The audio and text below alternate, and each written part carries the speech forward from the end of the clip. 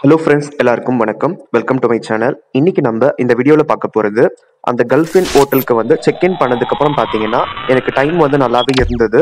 அதனால பார்த்தீங்கன்னா நான் ஆல்ரெடி எடுத்து வச்சிருந்த அந்த வீடியோ ரெக்கார்டிங்ஸ்க்கெல்லாம் பார்த்தீங்கன்னா வீடியோ செய்யலாம், வாய்ஸ் ஓவர் கொடுக்கலாம்னு சொல்லிட்டு நான் செஞ்சுக்கிட்டு இருந்தேன். அதெல்லாம் செய்யறதுக்கே பார்த்தீங்கன்னா கிட்டத்தட்ட ஒரு 45 மினிட்ஸ் 1 hour கிட்ட ஆயிடுச்சு. அதுக்கப்புறம் பார்த்தீங்கன்னா பசி எடுக்க ஆரம்பிச்சிருச்சு. அங்க வந்து அந்த பேம்ப்ளேட் வச்சிருந்தாங்க அந்த ரூம்ல. அந்த பேம்ப்ளேட் எடுத்து பார்க்கறப்ப எல்லாமே வந்து பாத்தீங்கன்னா டபுள் ரேட் ட்ரிபிள் ரேட்ல இருக்கு. அதனால இது சரிப்பட்டு வராதுன்னு சொல்லிட்டு நான் கூகுள் மேப்ஸ் எப்பயும் போல ஓபன் பண்ணேன். அதுல நியர்பை ரெஸ்டாரண்ட் ஏதாவது இருக்கான்னு சொல்லி பார்த்தப்பதான் தெரிய வந்தது. அப்ப நாங்க அங்க இருக்கிறது வந்து தேரா என்ற ஏரியா. அந்த தேரா என்ற ஏரியா வந்து பாத்தீங்கன்னா எல்லாமே காஸ்ட் வைஸ் கம்மியா இருக்கும்னு சொல்லுவாங்க. பக்கத்திலேயே பாத்தீங்கன்னா நம்ம சரவண பவன் ஹோட்டல் வந்து இருந்தது. இந்த சரவண பவன் ஹோட்டல் வந்து பாத்தீங்கன்னா ரொம்பவுமே ஃபேமஸ் தான். சென்னையில வந்து நிறைய பிரான்ச்சஸ் வந்து வச்சிருக்காங்க. அது வந்து பாத்தீங்கன்னா பியூர் வெஜிடேரியன் ஹோட்டல் கூட. அதனால பாத்தீங்கன்னா அது சர்ச் பண்ணி பார்த்துட்டு இருக்கேன். இப்ப நாங்க அங்க ஸ்டே பண்ணிருக்கோம் பாத்தீங்களா, அந்த கல்ஃபின் ஹோட்டலை சுத்தி இருக்க அந்த வியூஸ் தான் இப்ப பாத்துட்டு இருக்கீங்க கூகுள் மேப்ஸ்ல. அதுல அந்த சரவண பவன் ஹோட்டலை வந்து சர்ச் பண்ணி அதை வந்து கிளிக் பண்ணி காமிச்சிட்டு இருக்கேன் பாருங்க. ஆஸ் யூஷுவல் கூகுள் மேப்ஸ்ல ஏதாவது சர்ச் பண்ணா கண்டிப்பா ரிவ்யூஸ் பார்ப்போம், அதுக்கப்புறம் அந்த போட்டோஸ் எல்லாம் பார்ப்போம். அந்த போட்டோஸ் தான் இப்ப நீங்க வந்து பாத்துட்டு இருக்கீங்க. அந்த கூகுள் மேப்ஸ்லயே வந்து நிறைய பேர் வந்து அப்லோட் பண்ணிருக்காங்க. இப்ப ரீசெண்ட் போட்டோஸ் எல்லாம் கூட இருக்கு. அதுல அந்த மெனூஸ் ஏதாவது இருக்கான்னு சொல்லி கிளிக் பண்ணி பார்த்தப்ப பாத்தீங்கன்னா போட்டோஸோட போட்டிருந்தாங்க. அதனால அது பாக்குறதுக்கு நல்லா இருந்தது.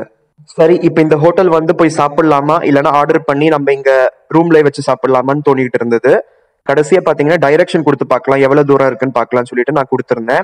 கிட்டத்தட்ட பாத்தீங்கன்னா ஜஸ்ட் ஒரு 400 மீட்டர் தான், ரொம்ப கிட்ட தான், வாக்கபிள் டிஸ்டன்ஸ் தான். அதனால நம்ம ஆர்டர் பண்ணி அவன் வேற டெலிவரி சார்ஜஸ் ஏதாவது போடுவான். அதுக்கப்புறம் ஏகப்பட்ட பிரச்சனை. ஒரு சாப்பாடு வந்து ஆர்டர் பண்ணா ஒரு 1 hour பிடிக்குது அவங்க கொண்டு வந்து தரத்துக்கு. அதனால எதுக்குடா வம்புன்னு சொல்லிட்டு நானே வந்து அங்கேயே போயிட்டு நான் டைரக்டா சாப்பிட்டுட்டு வந்துடலாம்னு சொல்லிட்டு நான் போக போறேன். இந்த கல்ஃபின் இந்த ஹோட்டல்ல வந்து அந்த ரூம் நான் க்ளோஸ் பண்ணிட்டு செக் பண்ணலாம்னு சொல்லிட்டு ஓபன் பண்ணி பார்த்தேன். அது ஓபன் ஆகல. மறுபடியும் நீங்க அந்த கார்டு அங்க வந்து டேப் பண்ணாதான் உங்களுக்கு வந்து பிளிங்க் ஆகுது பாருங்க, ப்ளூ கலர் லைட். அதுக்கப்புறம் தான் உங்களுக்கு ஓப்பன் ஆகுது. உள்ளுக்குள்ள பாத்தீங்கன்னா எல்லாமே வந்து ஆஃப்ல இருக்கு. நீங்க மறுபடியும் அந்த கார்டை வந்து அதுல சொருவினாதான் உங்களுக்கு வந்து அந்த கரண்ட் வந்து கிடைக்கும். அந்த லைட் அந்த ஏசி எல்லாம் ஒர்க் ஆகும். இது வந்து பாத்தீங்கன்னா ஃபுல்லி ஆட்டோமேட்டடா இருக்கிறதுனால பாக்குறதுக்கு நல்லா இருந்தது. சோ என்னுடைய வேலட் எடுத்துக்கிட்டு நான் மறுபடியும் நான் ரூமை க்ளோஸ் பண்ணிட்டு நான் கீழே இறங்கி போக போறேன். அந்த ரூமுக்கு வெளியில அந்த இன்டீரியர் இல்லைன்னா அந்த எக்ஸ்டீரியர் எல்லாம் எப்படி இருக்குன்னு பாருங்க. அந்த ஹோட்டல் வந்து 4 ஸ்டார் ஹோட்டல். இங்க வந்து பாத்தீங்கன்னா எல்லா ஹோட்டலுமே வந்து 4 ஸ்டார் ஹோட்டல்னு போட்டிருக்காங்க. அதுக்கேற்ற மாதிரி அவங்க அந்த குவாலிட்டி வந்து மெயின்டைன் பண்ணணும். அப்படி மெயின்டைன் பண்றாங்களான்றது கொஸ்டின் மார்க்கா தான் இருக்கு. பட் ஓரளவுக்கு வந்து பரவாயில்ல, அந்த அளவுக்கு வந்து கச்சடாவெல்லாம் கிடையாது, நல்லா தான் இருந்தது. ஸோ லிஃப்ட்டுக்கு வந்து நான் கிளிக் பண்ணியாச்சு. அந்த லிஃப்ட் வர வரையும் நான் இங்க சுத்தி இருக்கிறதெல்லாம் காமிச்சிட்டு இருக்கேன் பாருங்க. அந்த சீலிங் எல்லாம் கூட பாத்தீங்கன்னா அந்த ஒர்க் நல்லா இருக்கு, வுட் ஒர்க் கொடுத்துருக்காங்க. கீழே ஃபுல்லா பாத்தீங்கன்னா கார்பெட் இருக்கு. இப்ப நான் லிஃப்ட்ல இருந்து நான் கீழே இறங்கி வந்துட்டேன். அதனால பாத்தீங்கன்னா நான் வெளியில வந்துட்டு அந்த வெளியில இருக்க அந்த வியூ எல்லாம் காமிச்சிட்டு இருக்கேன் பாருங்க. இப்ப வந்து பாத்தீங்கன்னா நைட்டு அரௌண்ட் ஒரு 10 o'clock வந்து ஆயிருக்கு. இந்த 10 o'clock நான் போய் சாப்பிடலான்னு போக போறேன். ஏன்னா அங்க வந்து டைமிங்ஸ் வந்து பாத்தீங்கன்னா 11 o'clock வரையும் அப் டு ஓப்பன் போட்டிருந்தாங்க. அதனால அடுத்த ஒரு 1 hourல வந்து அங்க போய் சாப்பிட்டுட்டு வந்துடலாம் சொல்லிட்டு நான் போய்கிட்டு இருக்கேன். அது போற வழியில என்னென்னலாம் இருக்குன்றதை நம்ம பார்க்கலாம். ஸோ நைட்ல வந்து அந்த அளவுக்கு என்னுடைய போன் வந்து எஃபெக்டிவா இருக்காது. பட் ஓரளவுக்கு நல்லா கேப்சர் பண்ணியிருக்கேன்னு நினைக்கிறேன். நீங்களும் பாருங்க, இந்த ஏரியால என்னென்னலாம் இருக்குன்றது புரிஞ்சுக்கோங்க. ஆக்சுவலா பாத்தீங்கன்னா இந்த மாதிரி நான் அந்த பப்ளிக்ல என்னுடைய செல்ஃபி போட்டோவோ என்னுடைய வீடியோஸ் நான் எடுத்துக்கிறப்ப பாத்தீங்கன்னா சுத்தி முத்தி இருக்கவங்க எல்லாம் ஒரு மாதிரி அப்படி பாக்குறாங்க. நான் வந்து வீடியோ எடுத்தாலுமே எடுக்காம இருந்தாலுமே நம்மள வந்து ஒரு மாதிரி அப்படியே வந்து பாத்துக்கிட்டே இருக்காங்க. எதையாவது வந்து பேசி சிரிச்சுக்கிறாங்க, இல்லைன்னா எதையாவது வந்து யோசிக்கிறாங்க, இல்லைன்னா ஒரு சிலர்லாம் அப்படியே பார்த்து வெம்புறாங்க.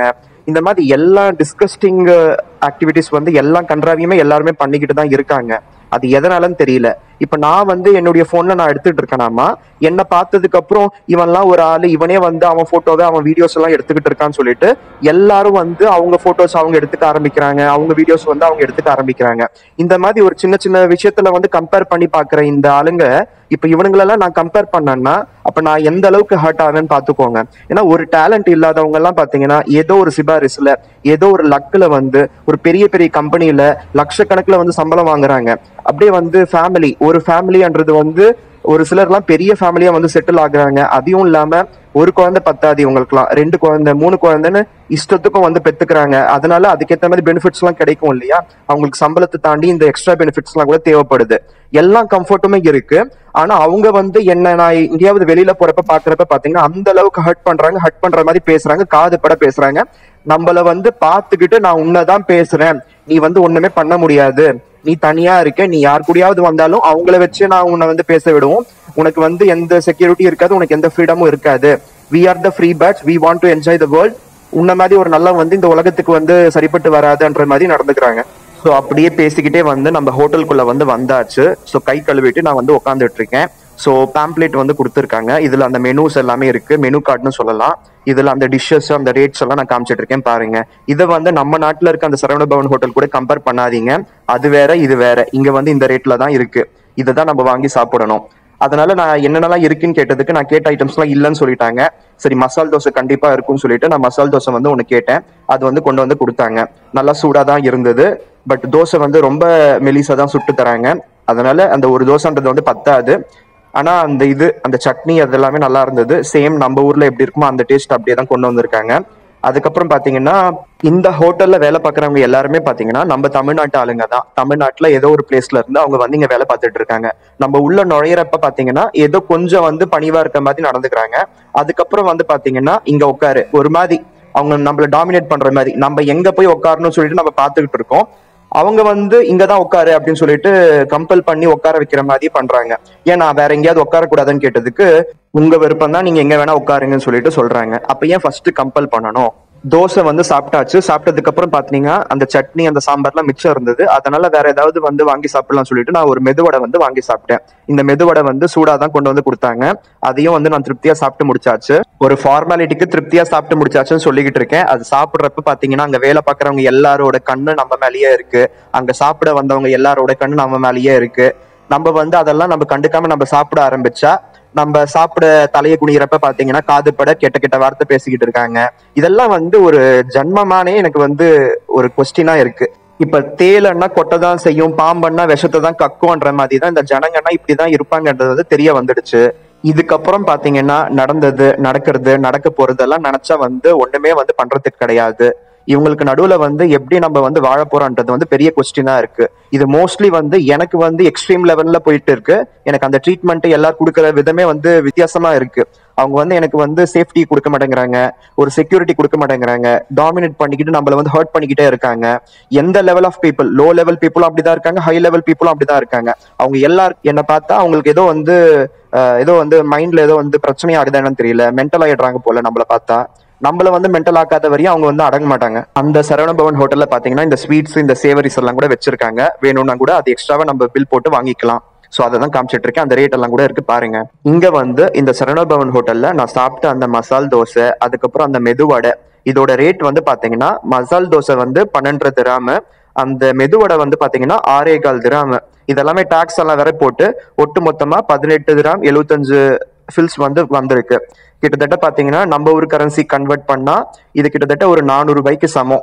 அப்போ ஒரே ஒரு மசால் வடை, அதுக்கப்புறம் ஒரே ஒரு மெதுவடை, இது மட்டுமே 400 ரூபாய்க்கு வந்து வந்திருக்குன்னா பாத்துக்கோங்க. அதுதான் துபாய், அதுதான் நம்ம நாடு. நம்ம நாட்டுல வந்து 400 ரூபாய்க்கு ஒரு ஃபேமிலியே சாப்பிடலாம். ஆனா இங்க வந்து ஒருத்தர் ஏதோ அரைக்குறையா சாப்பிட்டாலே இந்த அளவுக்கு பே பண்ண வேண்டியதா இருக்கு. அதுதான் கல்ஃப் கண்ட்ரி. பட் அந்த அளவுக்கு வந்து நமக்கு சம்பளம் கிடைச்சா நமக்கு சந்தோஷமா இருக்கும். அதுவுமே பாத்தீங்கன்னா கொஸ்டின் மார்க்கா இருக்கு. அதனால ஏகப்பட்ட காம்ப்ரமைஸ்க்கு நடுவுல கொஞ்சம் கூட ஹாலிடேவே இல்லாம ஆஃப் அன்னைக்கு கூட வந்து வேலைக்கு வர சொல்றாங்க. அதுக்கப்புறம் நம்ம இந்த அளவுக்கு செஞ்சுக்கிட்டு இருக்கோமே, நமக்கு ஏதாவது கன்சிடர் பண்ணி ஏதாவது வந்து நல்லது செய்வாங்களான்னு பார்த்தா அதுவும் கிடையாது. வேற யாருக்காவது ஏதாவது பண்ணலாமான்னு தான் பேசிக்கிட்டு இருப்பாங்க. மத்த எல்லாருக்கும் வந்து நல்லது யோசிப்பாங்களே தவிர எனக்கு வந்து யாரும் வந்து நல்லது யோசிக்க மாட்டாங்க, நல்லது செய்ய மாட்டாங்க. இப்ப வந்து நம்மளா கேட்டா கூட கிடைக்குமான்றதே ஒரு பெரிய டவுட்டா இருக்கு. என்னுடைய லைஃபே வந்து ஒரு பெரிய கொஸ்டின் மார்க்கா இருக்கு. இது எல்லாமே எனக்கு வந்து ஸ்ட்ரெஸ் கொடுத்துக்கிட்டே இருக்கு, பயங்கர தலைவலியா இருக்கு. என்னதான் செய்ய போறேன்னு தெரியல, எப்படிதான் லைஃப்ல வந்து நான் எக்ஸிஸ்ட் ஆக போறேன், எப்படி சர்வைவ் ஆக போறேன்னு ஒண்ணுமே புரியல.